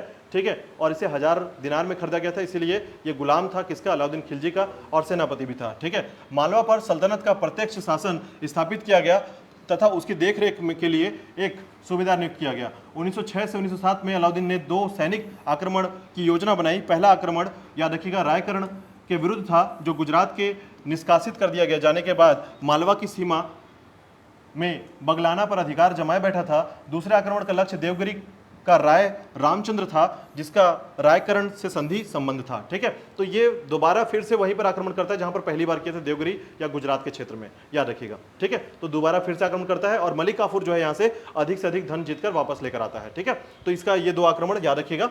बस इतने के बाद से याद रखिएगा कि अलाउद्दीन खिलजी का जो साम्राज्य विस्तार है ये दक्षिण भारत में इसका विस्तार होता है और दक्षिण भारत के विस्तार के बाद खिलजी साम्राज्य फिर से अंत की ओर जाने लगता है। ठीक है, तो याद रखिएगा, दूसरे आक्रमण का नियंत्रण अलाउद्दीन ने अपने गुलाम मलिक काफूर को सौंपा था, जिसमें रायकर्ण ने आत्मसमर्पण कर दिया और उसका राज्य वापस कर दिया गया तथा उसे रायन की खिताब के साथ फिर से अपने पद पर प्रतिष्ठित कर दिया गया था। ठीक है, तो मैंने बताया आपको कि मलिक काफूर जो है इसने शुरुआत किया था दक्षिण अभियान के तहत। मलिक काफूर का नाम याद रखिएगा, यह सेनापति था और साथ ही साथ इसे 1000 दिनारी भी कहा जाता है और अलाउद्दीन खिलजी का सबसे विश्वसनीय व्यक्ति था ये। ठीक है, चलिए देखिए, अलाउद्दीन का महान सेनापति मलिक काफूर गुजरात विजय के दौरान नुरसत खां द्वारा 1000 दिनार में खरीदा गया था, इसलिए उसे 1000 दिनारी भी कहा जाता था। अलाउद्दीन ने के दक्षिण भारतीय अभियान का नेतृत्व सेनापति मलिक काफूर ने किया था। ठीक है, तो ये पॉइंट याद रखिएगा, यदि आपको क्वेश्चन के तौर पर याद रखना है तो ये सारे पॉइंट्स बहुत क्वेश्चन में इंपॉर्टेंट है, याद रखिएगा। यानी ये पूछा जाता है कि अलाउद्दीन खिलजी का दक्षिण भारत अभियान के तहत किसने साथ दिया था, तो मलिक काफूर ने साथ दिया था, सेनापति मलिक काफूर था और इसने इस क्षेत्र को जीत कर दिया था अलाउद्दीन खिलजी को। ठीक है, इसके बाद जो है 1909 से 1911 के बीच में मलिक काफूर ने दक्षिण भारत पर 2 आक्रमण किए थे। पहला तेलंगाना क्षेत्र पे और वारंगल क्षेत्र पे। तेलंगाना क्षेत्र अभियान में वहां से के एक शासक प्रताप रुद्र देव द्वितीय ने मलिक काफूर को विश्व का प्रसिद्ध कोहिनूर हीरा भेंट कर दिया था। याद रखिएगा, ये इतिहास में आज भी याद रखा जाता है, ठीक है, कि हमारे यहाँ से कोहिनूर कैसे ब्रिटिश काल में पहुंचा, इससे कहानी शुरुआत यहीं से होती है, याद रखिएगा, ठीक है।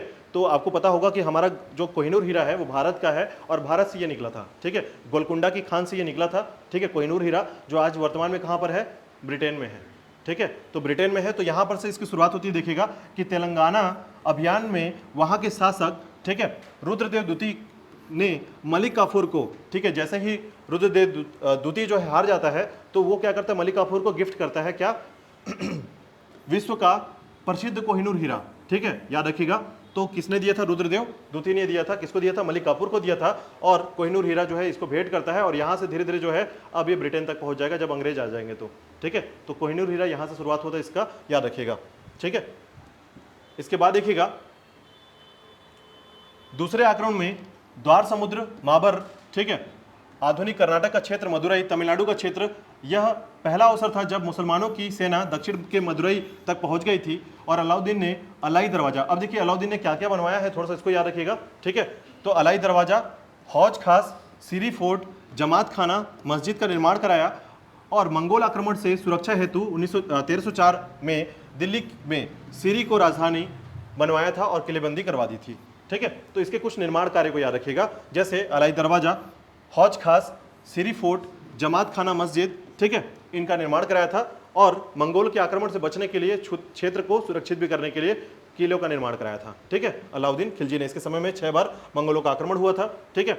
इसके बाद देखिएगा दक्षिण भारत में उसने अपने सेनापति गाजी मलिक द्वारा उत्तर पश्चिम सीमा को मजबूती प्रदान की और सिकंदर सानी खिताब धारण किया। अलाउद्दीन खिलजी को द्वितीय सिकंदर धारण किया गया था, यानी कहा जाता था, ठीक है, ये खुद को मानता था, याद रखिएगा, जो कि मैंने आपको बताया था सिकंदर सानी, ठीक है। और ये अपने आप को द्वितीय सिकंदर कहता था क्योंकि इसका भी दिमाग में यही था कि मैं क्षेत्र को अधिक से अधिक क्षेत्र को जीतूंगा, सिकंदर जैसा विश्व विजेता बनने की इसकी ख्वाहिश थी, ठीक है। इसके बाद याद रखिएगा वह प्रथम शासक था जिसने प्रथम बार स्थायी सेना गठित की थी, आपने पहले याद कर लिया इसको, ठीक है। तो ये था खिलजी के राजवंशों के बारे में, याद रखिएगा।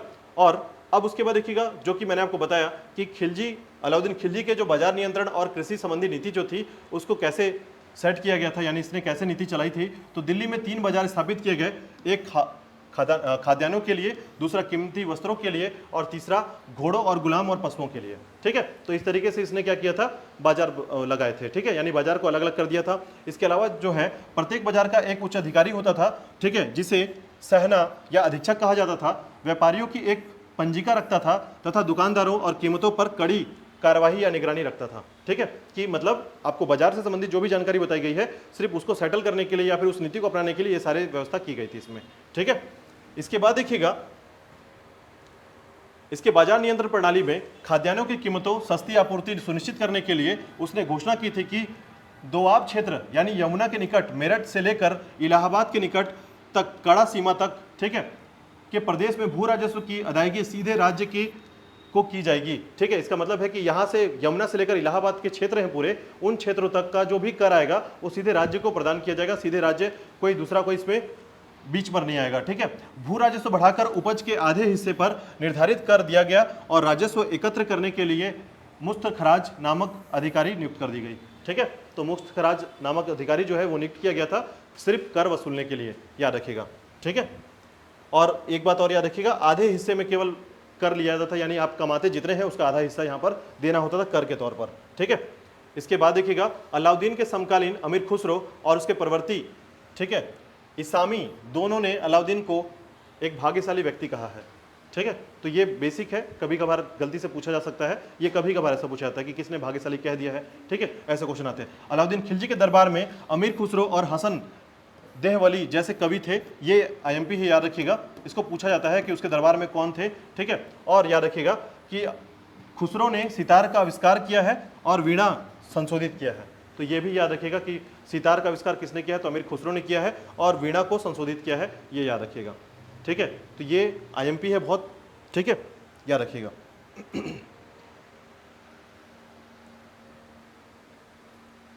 चलिए आगे देखें।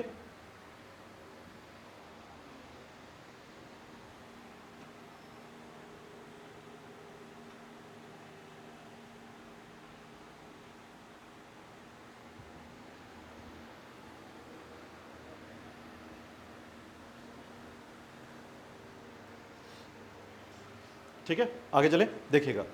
ये बहुत ज़्यादा पूछा जाता है और खासकर ये बेसिक नॉलेज में पूछा जाता है। ठीक है, यानी आपसे पूछा जाएगा सितार का आविष्कार किसने किया, ऑप्शन में रहेगा, आपको पता नहीं रहेगा, लगेगा कि अभी के आदमी या फिर अंग्रेज लोग करके गए हैं। ठीक है, लेकिन ये अमीर खुसरो यहाँ से करके गया है, याद रखिएगा। अमीर खुसरो ने सितार का आविष्कार किया और वीणा जो सरस्वती माता का एक इंस्ट्रूमेंट है, ठीक है, तो याद रखिएगा वो भी उसको संशोधित किया गया है इसको। ठीक है, इसके बाद देखिएगा कि जमाखोरी को रोकने के लिए सभी बाजारों में पंजिका दर्ज की गई।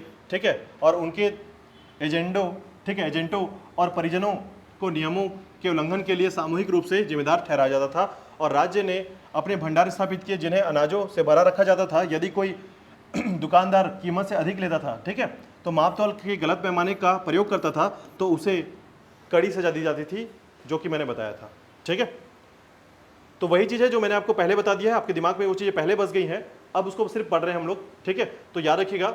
अब लास्ट है, बरनी के अनुसार अकाल के समय भी कीमतों में एक यानी बहुत कम मूल्य का सिक्का, दाम या पाई भी बढ़ोतरी नहीं होने दी जाती थी। ठीक है, बर्नी ने लिखा है कि अनाज मंडी में कीमतों का स्थायित्व इस युग का एक आश्चर्यजनक समय था। ठीक है, यानी अगर ये देखा जाए कि अकाल पड़ गया है उसके बावजूद जो है महंगाई नहीं बढ़ रही थी। ठीक है, इस तरीके से इसको नियंत्रित किया जाता था बाजार प्रणाली को अलाउद्दीन के समय। ठीक है, तो बाजार प्रणाली अपने आप में बहुत इंपॉर्टेंट है इस समय का। ठीक है, अब देखिए यहाँ पर जो है अलाउद्दीन खिलजी ने उत्तर भारत में अभियान जो किया था उसमें उसके संबंध में कहाँ कहाँ अभियान किया था, जो कि मैंने आपको बताया है, वही आपके टेबल पे है यहाँ पर। ठीक है, जिसमें गुजरात का अभियान था रायकरण के विरुद्ध। ठीक है, याद रखिएगा।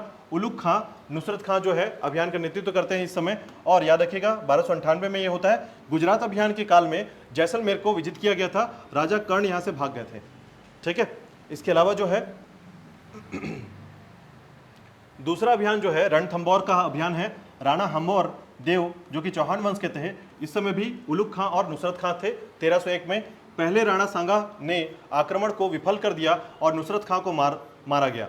तत्पश्चात अलाउद्दीन ने सेना का नेतृत्व किया और युद्ध में राजपूतों की पराजय हुई, फलस्वरूप स्त्रियों को ने जौहर कर लिया।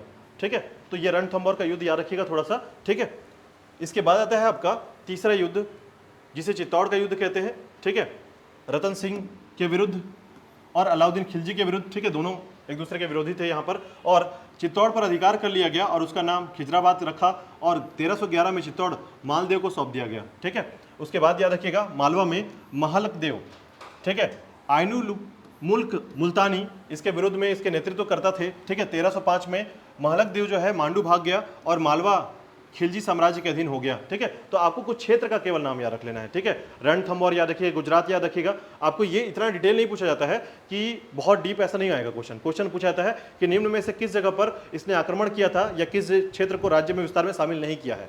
ठीक है, तो राज्य साम्राज्य विस्तार नहीं किया है, उसमें कुछ ही क्षेत्र आएंगे आपके विस्तार नहीं किया है, बाकी सभी क्षेत्र राज्य विस्तार में शामिल थे। ठीक है, अलाउद्दीन खिलजी के। ठीक है, और इसमें इसका नाम कम से कम थोड़ा सा याद कर लीजिएगा कौन कौन से राज्य हैं, तो मालवा है, सिवाना है, जालौर है। ठीक है, याद रखिएगा। ठीक है, तो शीतल देव परमार वंश का और कान्हा देव कृष्ण वंश का। ठीक है, कमालुद्दीन कुर्ग दोनों में अभियान के नेतृत्व करता है। ठीक है, 1308 में लड़ा गया था ये युद्ध और 1311 में कान्हा देव के भाई मालदेव को खुश होकर चित्तौड़ सौंप दिया गया। ठीक है, यहीं पर। ठीक है, और उसके बाद जो है जालौर के बाद देवगिरी रामचंद्र देव। ठीक है, अलाउद्दीन खिलजी ने इसका अभियान किया था 1296 में और रामचंद्र देव ने एलिचपुर प्रांत से होने वाले जो आए देने का वचन कर दिया था। ठीक है, और वचन तो किया था लेकिन दिया नहीं था, इसीलिए फिर से आक्रमण दोबारा किया गया था इसके ऊपर। ठीक है, इसके बाद है देवगिरी का, दोबारा मलिक काफूर ने दोबारा लड़ा। ठीक है, 1306-7 में ये युद्ध किया। ठीक है, आक्रमण किया था और यहीं पर देखिएगा वचन देने के बाद भी रामचंद्र देव ने अलाउद्दीन को कर देने से मना कर दिया था, बंद कर दिया था, जिसके परिणाम स्वरूप खिलजी आक्रमण कर दिया। इसके पश्चात रामचंद्र जो है दिल्ली पहुंचा, वहां अलाउद्दीन से मित्रवत व्यवहार कर रामचंद्र को राय रायन की उपाधि दी गई और नवसारी जिला भेड़ दिया गया। रामदेव की पुत्री इलापाली से अलाउद्दीन का विवाह कर दिया गया। ठीक है, तो ये बेसिक चीजें हैं, आपके दिमाग में बस एक बात रहनी चाहिए कि गुजरात में सबसे पहला आक्रमण किया था। ठीक है, उसके बाद उसने बोला काफी धन लूट कर आया, फिरोज शाह को मारा, अपने चाचा को मारा और शासक बन गया। ठीक है, और वहां पर जो रामचंद्र देव थे, ठीक है, इसने बोला कि मैं आपको कर देता रहूंगा, मुझे ही राजा रहने दीजिए, तो राजा रहने लगा वो, लेकिन कर देने से बीच में मना कर दिया। तो फिर मलिक काफूर को भेजा गया, जाके आक्रमण कर दो उसके ऊपर। आक्रमण किया तो फिर ये नॉर्मल तरीके से यहाँ पर आकर मित्रवत व्यवहार करने लगा और इसको फिर से दोस्ती हो गई इन दोनों के बीच में और फिर नॉर्मल हो गया चीजें। ठीक है, ये टाइम ऐसा रहा इसका। इसके बाद देखिएगा इसके बाद वारंगल का है प्रताप रुद्रदेव, ठीक है, मलिक काफूर, याद रखिएगा। ये तेलंगाना की राजधानी पर पहुंचा जहां वह शासक की सोन की मूर्ति, कोहिनूर का हीरा तथा बड़े मात्रा में धन को लूट किया था इसने, ठीक है, याद रखिएगा। इसके बाद देखिएगा, इसके बाद है द्वार समुद्र, ठीक है, वीर बल्लाल 3 होयसल वंश का था, मलिक काफूर ने आक्रमण किया था इस पर, ठीक है। और उसके अलावा जो है इसके बाद आता है पांडे वंश का, ठीक है, और साथ ही साथ देवगिरी का शंकरदेव, ठीक है। इसके बाद जो है इस अभियान में याद रखिएगा कुछ चीजें जो बदली गई हैं उसको थोड़ा सा याद रखिएगा कि घोड़े की कीमत का नियंत्रण सुल्तान के लिए अत्यधिक महत्व रखता था। अलाउद्दीन ने अच्छी नस्ल के घोड़े की कीमत 100 से 120% तय की गई थी, जबकि सेना के काम नहीं आने वाले टट्टू की कीमत 22 से 25% रखी गई थी, ठीक है। तो जो खच्चर होते थे उनको कहा जाता है, ठीक है। और साथ ही साथ याद रखिएगा मवेशी और गुलामों की कीमतों का नियंत्रण में कड़ाई किया गया था। भू राजस्व का नगद वसूली किए जाने के लिए अलाउद्दीन को अपने सिपाहियों को नगद वेतन देने की सुविधा प्रदान हुई और वह नगद वेतन देने वाला सल्तनत का पहला सुल्तान बना था, ठीक है। तो सारे क्वेश्चन देखिए एक ही आसपास गिर्द है। जो मैंने आपको 4 फैक्ट एकदम बताया है उसी फैक्ट को याद रखिएगा। अलाउद्दीन का पूरा कॉन्सेप्ट सबका क्लियर रहेगा इसमें, ठीक है। उसके समय में सवार या घुड़सवार को प्रति वर्ष जो है 238 टके, ठीक है, टंके कहा जाता है इसको, ठीक है। प्रतिमाह लगभग 20 टंके दिए जाते थे। इसमें प्रथम बार घोड़े को दागने की प्रथा और सैनिकों के लिए हुलिया प्रणाली को प्रारंभ किया गया और इसके अंतर्गत जो है राज्य द्वारा घोड़ों पर मोहर का निशान लगा दिया गया कि अगर एक घोड़ा जो है उसका बिक गया है या ये राज्य को मिल चुका है तो अब दोबारा उसका पैसा कोई नहीं ले सकता, ठीक है। वरना करते क्या थे, घोड़ा लाकर उसका पैसा ले लिए और घोड़ा को फिर से पार कर दिया, फिर से वापस घुमा के ले आए उसी को, ठीक है। ऐसे में क्या होता था, घोड़े के पैसे बार बार देने पड़ते थे, ठीक है। तो ये प्रतिवर्ष देना पड़ता था। ऐसे में लोग जो है जो अपना घोड़ा पालते थे वो अधिक से अधिक अमीर होते जा रहे थे, ठीक है। इसीलिए अब घोड़ा को दाग दिया गया, अब ये घोड़ा तो बिक चुका है, अब उसका पैसा दोबारा नहीं मिलेगा। तो इस तरीके से घोड़े को भी दागने की प्रथा जो है इसमें प्रारंभ की गई थी, ठीक है। इतिहासकार बन्नी का मानना है कि अलाउद्दीन के बाजार नियंत्रण का एक बड़ा उद्देश्य हिंदुओं को सजा देना था, क्योंकि अधिकांश व्यापारी हिंदू थे। मुनाफाखोरी से वे आम जनता को का शोषण करते थे। व्यापारियों को चाहे वे हिंदू हों या मुस्लिम, मूल्य नियंत्रण से भले ही शिकायत रही हो, परंतु सेना ही नहीं बल्कि आम नागरिक भी खाद्यान्नों और अन्य वस्तुओं के मूल्य में गिरावट से लाभान्वित हुए थे इस समय, ठीक है। तो ये थोड़ा सा इसकी खास बात है, याद रखिएगा अलाउद्दीन के समय का, ठीक है। और इसमें जो फैक्ट है वो थोड़ा सा याद रखिएगा कि अलाउद्दीन खिलजी ने उपज पर 50% का कर लगा दिया था, इसको खराज के रूप में निश्चित किया गया, ठीक है। पहला शासक था जिसने इस बात पर आग्रह रखा था कि 2 आब का जो क्षेत्र है ये भू राजस्व का निर्धारण खेती के लिए प्रयोग की जा रही होगी, भूमि को पैमाइश के आधार पर बांट दिया जाएगा, ठीक है। मैंने बताया कि दिल्ली के आसपास के क्षेत्र को बांट दिया गया और उससे टैक्स वसूलना चालू किया गया था, ठीक है। इसके बाद देखिएगा अलाउद्दीन खिलजी के संबंध में, ठीक है, पैमाइश कराकर लगान निर्धारित किया गया था। अलाउद्दीन ने 2 नवीन कर, मकान कर जिसको घरी कहा गया है, ठीक है, और दूसरा चरही कर या चराई कर कहा गया है, ठीक है, याद रखिएगा। बर्नी के अनुसार याद रखिएगा अनुसार खुद मुकदम जिन जदपोश सजे घोड़ों पर अब वे नहीं चढ़ सकते थे और न ही पान गिलौरियों चबा सकते थे। वे इतने गरीब हो गए थे कि उनकी पत्नियों को मुसलमानों के घर जाकर काम करना पड़ता था। अलाउद्दीन की बाजार नियमन की नीति में उसकी मृत्यु के साथ ही समाप्त हो गई, ठीक है। तो इस तरीके से अलाउद्दीन की मृत्यु होती है और अंततः जो है सारी नीतियां भी समाप्त हो जाती है एक लंबे समय तक, ठीक है। और इसके बाद कौन आता है, मुबारक शाह खिलजी आता है, जो कि 4 साल तक शासन करता है। और इसके समय में केवल एक लाइन आपको याद रखना है, जो कि मैंने आपको बताया कि मुबारक शाह खिलजी दिल्ली का प्रथम सुल्तान था जिसने स्वयं को खलीफा घोषित कर दिया था, ठीक है। इसने खुद को खलीफा घोषित कर दिया, बोला कि मैं ही खलीफा हूँ, ठीक है।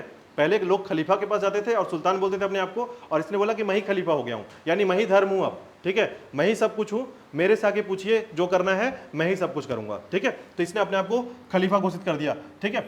अल वसीक विलाल की उपाधि धारण कर ली। उसने गुजरात के हिंदुओं और जिसके हाल ही में इस्लाम धर्म ग्रहण किया था खुसरो शाह को अपना मंत्री बना लिया, ठीक है। तो ये जो खुसरो शाह है याद रखिएगा ये मुसलमान था, सॉरी हिंदू था, ठीक है। कल मैंने आपको बताया था, ठीक है, कि एक हिंदू शासक जो मुसलमान बन जाता है, ठीक है। तो ये खुसरो शाह जो है पहले हिंदू था और अपने आप को इस्लाम धर्म करने के कारण मुसलमान बन जाता है ये, और बाद में यही राजा बन जाता है, ठीक है।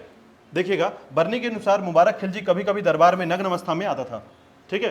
तो कभी स्त्रियों के कपड़े पहनकर, कभी नग्न अवस्था में ये दरबार में आता था, इसलिए इसको थोड़ा सा पागल कहा जाता था, ठीक है, याद रखिएगा। और उसके बाद देखिएगा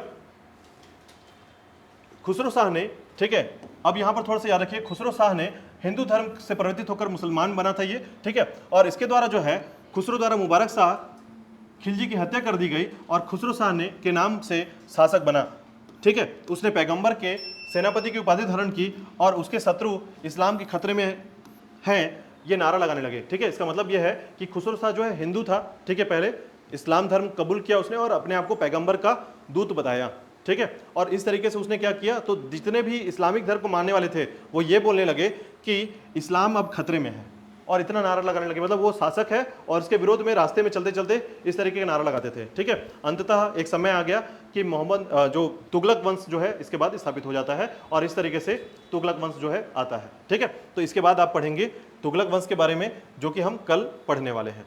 ठीक है, तो यहाँ पर आप थोड़ा सा याद रखेंगे कि मुबारक शाह के जो समय में, अच्छा, अलाउद्दीन खिलजी की जो मंत्रिपरिषद थी उसमें क्या क्या था, विभाग और कार्य, दीवाने वाजरात वजीर मुख्यमंत्री को कहा जाता था, दीवाने रिसालत विदेश विभाग, दीवाने ईसा शाही आदेश का पालन करने वाला, दीवाने आरिज सैन्य मंत्री। ठीक है, इसके अलावा जो है बरीद ए मंडी बाजार का निरीक्षक, सहना ए मंडी बाजार का अधीक्षक, दीवान ए रियासत बाजार नियंत्रण, मुहमियान, ठीक है, ये गुप्तचर होते थे और सराय अदल जो होता था न्याय अधिकारी होता था। ठीक है, और उसके बाद आपका तुगलक वंश प्रारंभ होता है। यहाँ तक आपको थोड़ा सा एक बार फिर से वीडियो को देखिएगा। ठीक है, और फिर से एक बार पढ़ने की कोशिश कीजिएगा। हालांकि मुझे याद है कि आप अलाउद्दीन खिलजी के अगर याद कर लिए हैं तो सब कुछ आपका सेट डाउन रहेगा कि आप इतने टॉपिक को क्वेश्चन बना पाएंगे। ठीक है, और आज इसके संबंध में 10 क्वेश्चन आपके मोबाइल पर आने वाला है। ठीक है, यानी आप ऐप को खोलिएगा और उसमें आपके 10 क्वेश्चन होंगे और उसको सबमिट जरूर कीजिएगा। ठीक है, चलिए कोई क्वेश्चन है तो क्वेश्चन कर सकते हैं इस पर, या कोई डाउट है तो